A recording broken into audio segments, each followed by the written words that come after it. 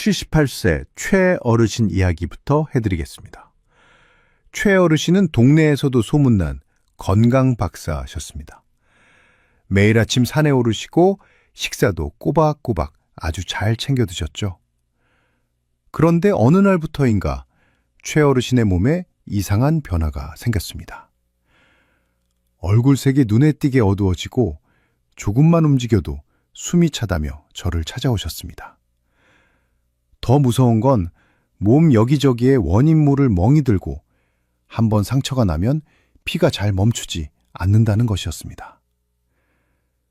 제가 최 어르신이 드시는 것들을 조사해보니 범인은 의외의 곳에 있었습니다. 바로 자녀들이 몸에 좋다고 보내준 대여섯 가지의 건강 보조식품들이었습니다. 최 어르신은 내 자식들이 정성으로 사준 것인데 이게 설마 독이 되겠느냐며 처음에는 제 말을 믿지 않으셨습니다. 하지만 여러분, 노년의 몸은 젊은 사람의 몸과 완전히 다릅니다.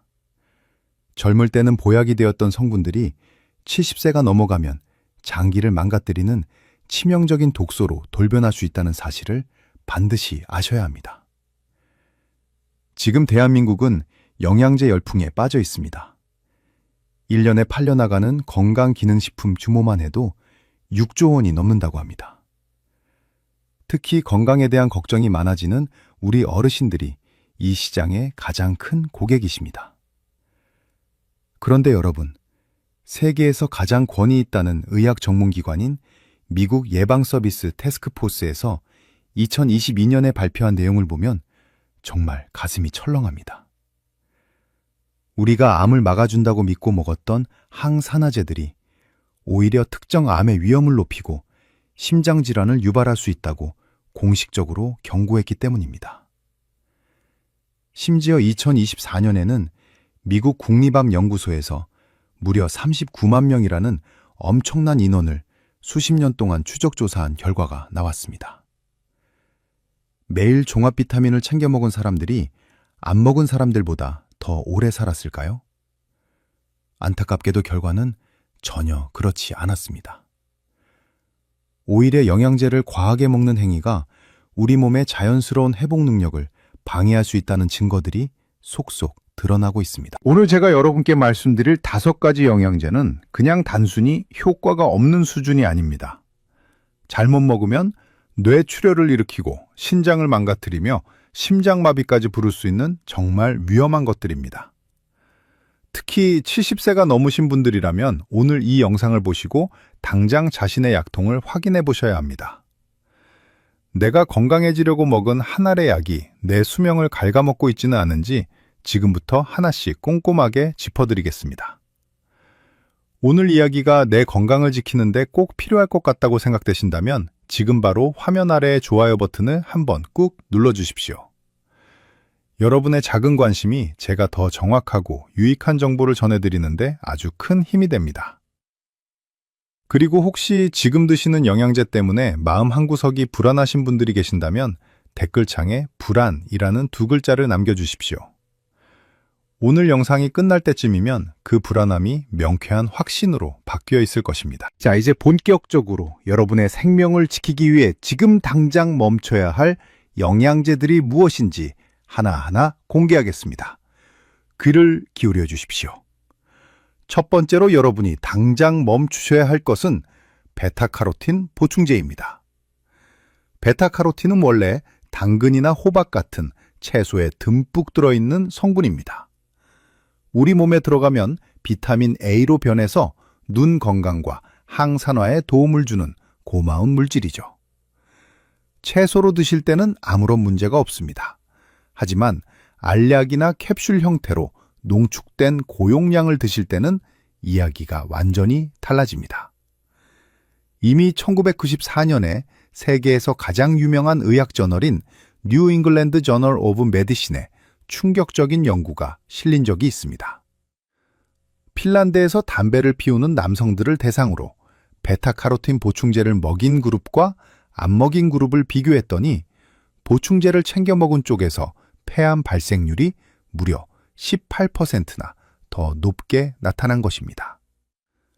건강해지려고 먹은 항산화제가 오히려 암세포의 성장을 돕는 촉진제 역할을 한 셈입니다. 담배 연기 같은 강한 독소가 몸에 있는 상태에서 고용량 베타카로틴이 들어오면 세포를 보호하는 게 아니라 오히려 세포 손상을 부추기는 방향으로 돌변하기 때문입니다. 담배를 피우지 않더라도 주변에 흡연자가 있거나 공기가 나쁜 환경에 계신 분들도 예외는 아닙니다. 최어르신도 눈에 좋다는 말만 믿고 이 보충제를 꼬박꼬박 챙겨 드셨다며 제 설명을 듣고는 얼굴이 하얗게 질리셨습니다. 두 번째로 주의하셔야 할 것은 고용량 비타민 E입니다.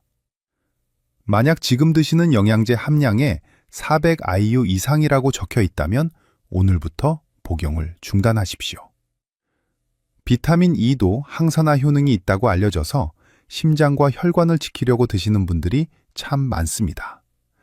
하지만 2005년 세계적인 의학 학술지 자마에 발표된 연구 결과는 우리의 믿음을 완전히 배반했습니다.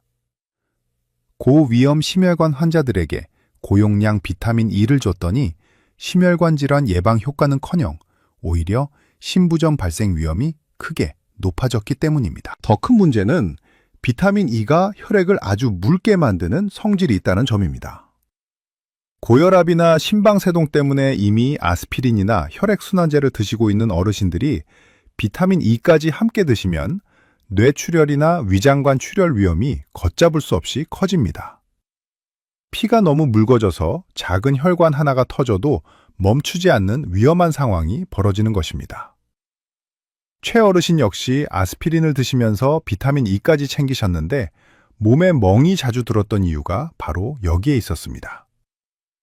세 번째는 골다공증 때문에 많이들 찾으시는 칼슘 보충제입니다. 뼈를 지키고 싶다면 이제 알약 형태의 칼슘제 단독 복용은 멈추셔야 합니다.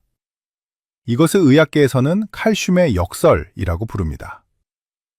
음식으로 먹는 칼슘은 천천히 흡수되지만 알약으로 먹으면 혈액 속 칼슘 농도가 한꺼번에 폭발적으로 치솟습니다. 우리 몸은 이 갑작스러운 칼슘 폭탄을 다 소화해내지 못합니다. 뼈로 가지 못한 남은 칼슘들이 갈 곳을 잃고 헤매다가 결국 혈관 벽에 달라붙어 쌓이기 시작합니다. 이것이 바로 혈관이 뼈처럼 딱딱하게 굳는 관상동맥 석회화입니다. 2008년 영국 의학저널에 실린 연구에 따르면 칼슘 보충제를 단독으로 먹는 경우 심근경색 위험이 최대 31%까지 증가한다는 결과가 나왔습니다. 뼈를 튼튼하게 하려다 심장을 잃는 비극이 일어날 수 있다는 뜻입니다. 특히 고혈압 약 중에서 소변으로 칼슘 배출을 막는 이뇨제 계열을 드시는 분들은 더 조심해야 합니다. 혈액 속에 칼슘이 너무 많아지면 심장이 손상되고 심장 박동이 불규칙해지는 부정맥까지 올 수 있습니다. 최어르신은 이 세 가지 이야기를 들으시더니 한참 동안 말을 잇지 못하셨습니다. 평생 자식들 고생 안 시키고 건강하게 살려고 챙겨 먹은 것들이 오히려 내 몸을 갉아먹고 있었다는 사실에 큰 충격을 받으신 것이죠. 하지만 여러분 걱정하지 마십시오. 지금이라도 알았으니 늦지 않았습니다. 오늘 이야기가 내 주변의 소중한 친구나 가족들에게도 꼭 필요하겠다는 생각이 드신다면 지금 바로 이 영상 아래에 공유하기 버튼을 눌러서 널리 알려주십시오. 여러분의 공유 한 번이 누군가의 혈관을 지키고 소중한 생명을 구하는 귀한 선물이 될 수 있습니다. 베타카로틴과 비타민 E, 그리고 칼슘까지 들으시고 정말 많이 놀라셨을 겁니다. 하지만 아직 우리가 정리해야 할 것이 두 가지 더 남아 있습니다. 이번에 말씀드릴 것들은 어쩌면 여러분의 기억력과 기력을 지켜준다는 달콤한 믿음으로 여러분의 생활 속에 더 깊숙이 자리 잡고 있을지도 모릅니다. 하지만 그 믿음이 오히려 여러분의 뇌와 신장을 위협하고 있다면 이야기는 달라집니다. 네 번째로, 지금 당장 복용 중단을 고려하셔야 할 것은 기억력 영양제로 널리 알려진 은행잎 추출물입니다. 징코빌로바라고도 불리는 이 성분을 치매 예방이나 머리가 맑아지는 효과를 기대하며 오랫동안 드셔오셨다면 이제는 그 기대를 내려놓으셔야 합니다. 왜냐하면 과학은 이미 이 성분이 치매 예방에 전혀 효과가 없다는 결론을 내렸기 때문입니다. 2008년 저명한 의학 학술지 자마에 발표된 대규모 연구 결과를 보면 무려 3,000명이 넘는 어르신들을 6년 동안 추적했음에도 불구하고 은행잎 추출물을 먹은 사람들에게서 치매 예방 효과는 단 1%도 나타나지 않았습니다. 단순히 효과가 없는 것에 그치면 다행이겠지만 진짜 문제는 부작용입니다. 은행잎 성분 중에는 진코톡신이라는 물질이 들어있는데 이것이 우리 뇌에서 흥분을 가라앉히는 신경 전달 물질의 생성을 방해합니다. 즉, 뇌를 과하게 흥분시켜서 발작을 일으킬 수 있는 환경을 만드는 것입니다. 특히 평소에 어지럼증이 있거나 뇌 건강이 염려되는 분들에게는 이 성분이 오히려 뇌출혈의 위험을 키우는 도화선이 될 수 있습니다. 은행잎 추출물은 혈액을 아주 강하게 묽게 만드는데 아스피린이나 혈전 용해제를 이미 드시는 어르신들이 이 보충제까지 드시면 뇌혈관이 터졌을 때 피가 멈추지 않아 치명적인 상황에 직면하게 됩니다. 기억력을 지키려다 뇌 전체를 위험에 빠뜨리는 셈입니다. 다섯 번째는 최근 어르신들 사이에서 선풍적인 인기를 끌고 있는 고용량 단백질 파우더입니다. 근육이 빠지는 근감소증이 무섭다며 매일 단백질 가루를 물에 타서 드시는 분들은 지금 즉시 자신의 신장 건강부터 확인하셔야 합니다. 왜냐하면 70세가 넘어가면 우리 몸의 여과장치인 신장 기능이 급격히 떨어지기 때문입니다. 여러분의 신장은 이미 수십 년 동안 쉴 새 없이 일해온 낡은 정수기 필터와 같습니다. 여기에 갑자기 고용량 단백질이라는 과부하를 쏟아다 부으면 신장의 사구체는 비명을 지르며 망가지기 시작합니다. 더욱 충격적인 사실은 시중에 판매되는 일부 단백질 파우더 제품들에서 납이나 카드뮴, 그리고 비소 같은 무서운 중금속이 안전 기준치를 넘어 검출되었다는 보고가 있다는 점입니다. 근육을 만들려고 먹은 가루가 내 몸속에 중금속을 쌓고 신장을 망가뜨리는 주범이 될 수 있다는 뜻입니다. 특히 고혈압이나 당뇨를 앓고 계신 분들은 신장 손상이 더 빠르게 진행될 수 있으므로 단백질 파우더를 드시기 전에 반드시 소변 검사를 통해 단백질이 새어나오지는 않는지 먼저 확인하셔야 합니다. 최 어르신은 이 대목에서 본인이 매일 아침 드시던 단백질 가루 통을 떠올리며 깊은 한숨을 내쉬셨습니다. 기력을 찾으려고 자식들에게 사달라고 했던 그 가루가 본인의 신장을 힘들게 하고 있었다는 사실을 이제야 깨달으신 것이죠. 여러분도 마찬가지입니다.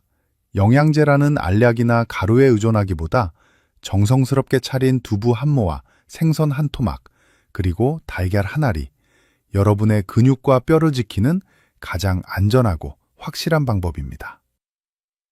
음식으로 섭취하는 영양소는 우리 몸이 스스로 조절해서 흡수하지만 농축된 보충제는 우리 몸의 조절 능력을 마비시킨다는 사실을 꼭 기억하십시오. 오늘 제가 드린 말씀이 여러분의 건강한 노후를 설계하는데 작은 등불이 되었으면 좋겠습니다. 오늘 영상이 도움이 되셨다면 화면 아래 구독 버튼과 알림 설정 버튼을 꼭 눌러주십시오. 여러분이 소중한 건강 정보를 놓치지 않고 제때 받아보실 수 있도록 제가 더 정성을 다해 찾아가겠습니다. 여러분의 구독 한 번이 제가 대한민국 모든 어르신들의 건강을 지키는 주치의로 활동하는데 가장 큰 힘이 됩니다. 자, 이제 우리 최 어르신께서 제게 조심스럽게 물으셨던 가장 중요한 질문에 답을 드릴 시간입니다. 선생님, 이제 위험한 건 알겠는데 그럼 저는 도대체 무엇을 어떻게 먹어야 합니까? 하고 물으셨거든요. 지금 바로 그 정답을 여러분의 생활 속에 그대로 옮겨다 드리겠습니다. 오늘 배우신 내용을 실제 하루 일과 속에서 어떻게 실천할지 아주 구체적인 시간표로 정리해 드릴 테니 잘 들어보십시오. 우선 오늘 영상 끝나자마자 당장 하셔야 할 일이 하나 있습니다. 집에 있는 영양제를 전부 꺼내서 식탁 위에 올려놓으십시오. 그리고 제가 말씀드린 5가지 베타카로틴과 고용량 비타민 E, 그리고 칼슘 단독 보충제와 은행잎 추출물, 마지막으로 단백질 파우더가 있는지 확인하고 과감하게 치우십시오. 대신 지금 병원에서 처방받아 드시는 약 목록을 종이에 적어서 다음번 병원 가실 때 의사 선생님께 꼭 보여주셔야 합니다. 내 몸을 지키는 첫걸음은 무엇을 더 먹는 것이 아니라 내 몸에 맞지 않는 것을 덜어내는 것에서 시작된다는 사실을 잊지 마십시오. 이제 영양제 없이도 뼈와 근육을 꽉 채울 수 있는 하루 식사 루틴을 알려드리겠습니다. 아침은 우리 몸의 단백질과 칼슘을 안전하게 채우는 시간입니다. 두부 반모 혹은 달걀 2개를 꼭 챙겨 드십시오.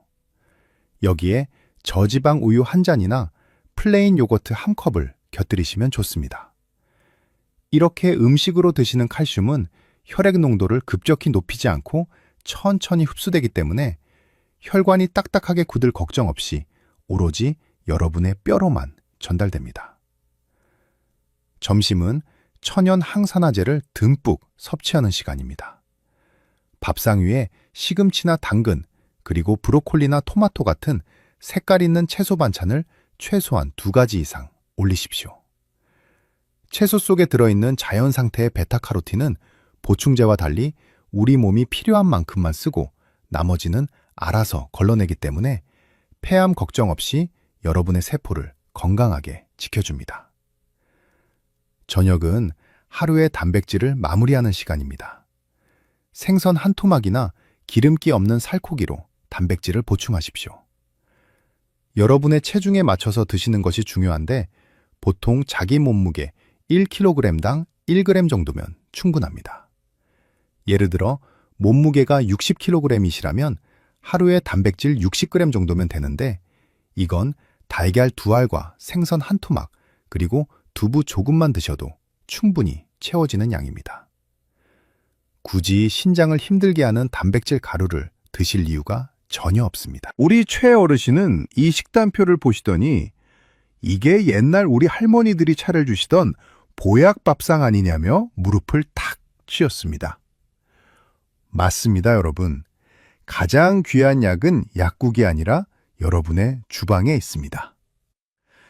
자, 이제 어르신들이 제게 가장 많이 물어보시는 질문 3가지를 짧고 명쾌하게 정리해드리겠습니다. 첫 번째는 비타민 D는 먹어도 되는가 하는 질문입니다. 네, 비타민 D는 조금 다릅니다. 우리 어르신들은 실내 생활이 많아 비타민 D가 부족한 경우가 정말 많거든요.